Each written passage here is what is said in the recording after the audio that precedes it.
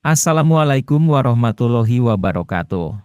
Selamat datang di channel Inspirasi Sahabat Muslim. Semoga yang sudah mampir ke channel ini saya doakan senantiasa dalam lindungan Allah Subhanahu wa Ta'ala.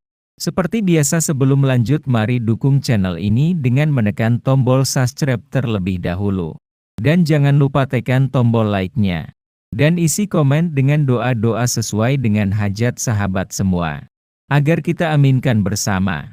Semoga menjadi wasilah terkabulnya doa dan hajat sahabat semua. Bagi Anda yang sudah like, subscribe dan komen, saya doakan semoga panjang umur, selalu diberikan nikmat kesehatan, dan rezeki yang berlimpah berkah.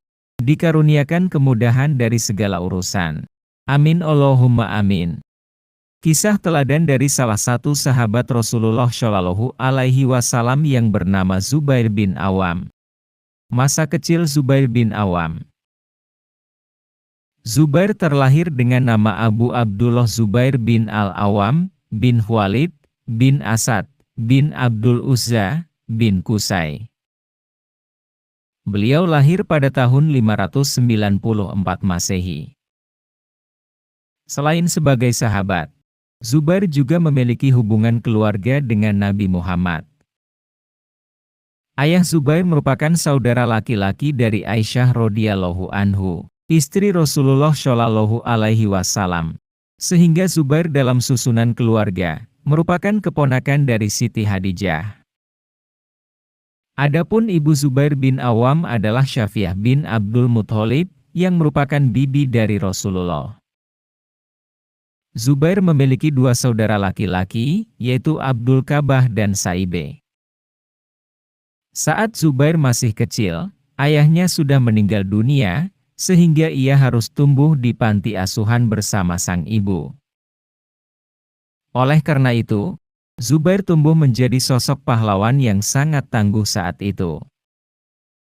Bahkan, ia dikenal dengan panggilan Abu Abdillah, yang artinya sahabat Nabi yang pemberani.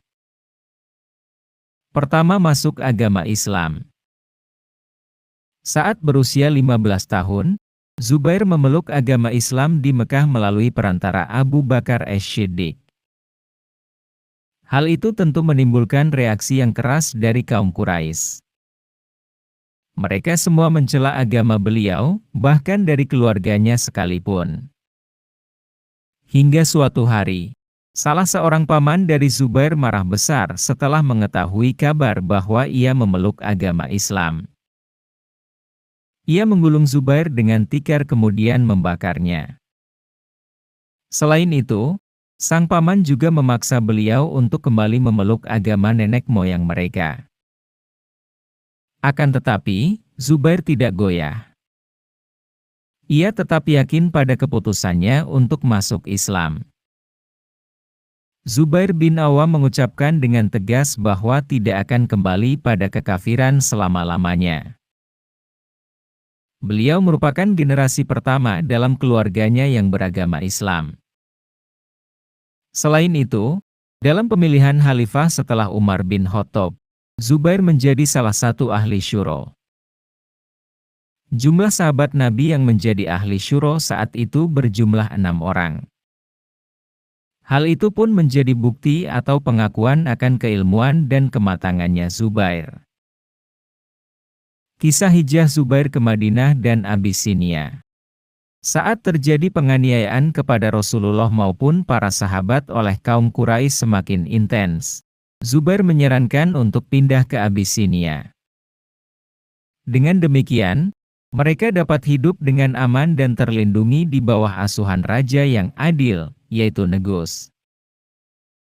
Zubair termasuk dalam salah satu dari 15 orang pertama yang memutuskan untuk hijrah ke Abyssinia pada tahun 615. Pada saat itu, ada seorang pria Abyssinia yang melakukan perlawanan ke Raja Negus demi merebut tahta kerajaan. Hal tersebut sempat membuat kaum muslim takut. Namun atas izin Allah Raja Negus menang. Setelah mendengar mengenai kondisi Mekah yang sudah aman, Zubair beserta rombongan memutuskan untuk kembali. Mereka berada di kampung halaman di Mekah pada tahun 619. Akan tetapi, ternyata kabar tersebut adalah palsu, hingga akhirnya mereka memasuki kota secara sembunyi-sembunyi. Rombongan Zubair tinggal di bawah asuhan Nabi Muhammad saat itu. Ia pun menjadi banyak belajar tentang perintah, larangan, serta prinsip kehidupan dalam Islam. Pada tahun 622, Rasulullah hijrah ke Madinah. Zubair pun memilih ikut dan diberikan sebidang tanah untuk membangun rumah di sana. Kisah teladan Zubair bin Awam. Zubair banyak membantu Nabi Muhammad dalam membela agama Islam. Ia ikut bertempur tanpa rasa takut dan tetap berpegang teguh pada keyakinannya. Nah, adapun beberapa kisah dari Zubair yang dapat dijadikan teladan adalah sebagai berikut. 1. Setia memeluk agama Islam. Sebelumnya telah dijelaskan bahwa Zubair merupakan generasi pertama dalam keluarganya yang memeluk agama Islam. Bahkan sampai membuat pamannya marah besar hingga berniat untuk membakarnya. Akan tetapi, keyakinan Zubair tidak goyah. Ia tetap setia pada pilihannya. 2. Menghunuskan pedang pertama di jalan Allah Azza wa Jalla. Aurah dan Ibnu Al-Musayyib mengatakan bahwa Zubair merupakan orang pertama yang berani menghunuskan pedang miliknya di jalan Allah Azza wa Jalla.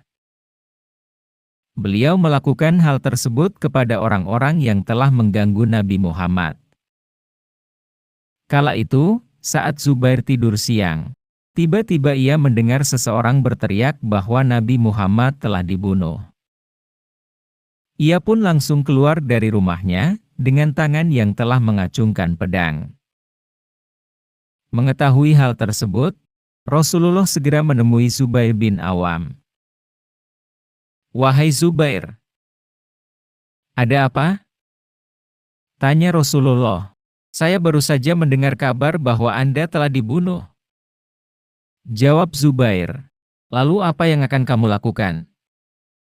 tanya Nabi kembali.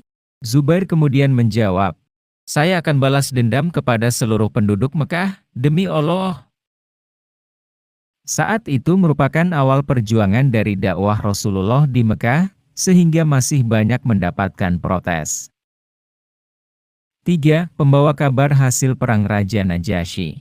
Pada saat umat Islam hijrah ke daerah Habasyah, negara Ethiopia, kala itu juga sedang berlangsung perang antara Raja Najasyi dengan para pengikutnya yang berkhianat. Perang tersebut terjadi karena sang raja memilih untuk melindungi kaum muslimin.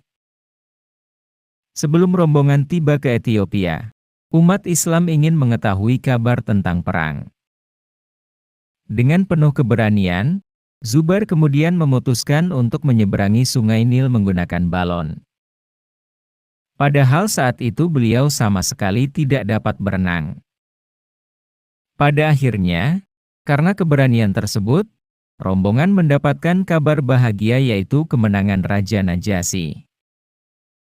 Nah, hal itulah yang menyebabkan umat Islam lebih mudah dan aman masuk ke Habasyah. 4. Memecah kekuatan Malik bin Auf Zubair. Perang Hunain adalah perang yang berhasil menghancurkan kaum muslimin melalui jebakan-jebakan yang terpasang di dalam gua. Kehadiran sosok Zubair mampu memecah kekuatan pimpinan kaum Hawazah dalam perang tersebut, yaitu Malik bin Auf. Oleh karena itu, secara perlahan kekuatan para muslimin menjadi bangkit kembali. Pada akhirnya, mereka dapat mengalahkan para pasukan Malik bin Auf. 5. Setia dalam militer. Zubair bin Awam ikut bergabung dalam semua ekspedisi militer saat itu. Beliau ikut dalam beberapa pertempuran besar, termasuk pertempuran Khaybar, Palung, Yarmuk, Perang Badar, Perang Uhud, hingga pembebasan Mekah. Kala itu, perang boleh dilakukan untuk alasan yang jelas. Dalam Al-Quran, yaitu pada surat Al-Hajj, ayat 39, Dijelaskan mengapa perang tersebut diizinkan. Sebabnya antara lain karena mereka telah dianiaya. Akan tetapi, izin perang hanya jika umat Islam lebih dulu diserang. Jika tidak, maka perang tidak boleh dilakukan. Berikut ini terdapat perintah tentang perang. 1. Larangan membunuh orang lain yang sedang beribadah. Ahmad meriwayatkan dalam sebuah hadis bahwa Rasulullah Shallallahu Alaihi Wasallam melarang untuk membunuh para biarawan yang ada di biaran biara, bahkan saat mereka sedang beribadah. Artinya, mereka memiliki hak untuk menentukan keyakinannya. 2. Larangan membunuh anak kecil, perempuan, maupun orang tua yang tidak berdaya. Dalam hadis riwayat Abu Daud menjelaskan sesuai dengan sabda Rasulullah tentang larangan membunuh anak kecil, perempuan, serta orang tua yang tidak berdaya. Allah Azza wa Jalla senang kepada orang-orang yang berbuat baik dan jauh dari kemaslahatan.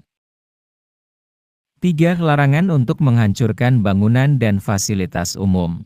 Allah Azza wa Jalla berfirman tentang hal tersebut dalam Quran Surat Al-Qasas ayat 77. Artinya, janganlah berbuat kerusakan di muka bumi, karena sesungguhnya Allah Azza wa Jalla tidak menyukai dengan orang-orang yang senang berbuat kerusakan. 4. Jangan membunuh selain prajurit perang. Saat terjadi sebuah perang, yang boleh menjadi sasaran hanyalah prajurit musuh. Orang-orang selain prajurit perang tidak boleh untuk dibunuh, baik itu anak-anak, wanita, orang tua, bahkan tokoh agama sekalipun. 6. Pedagang sukses yang dermawan.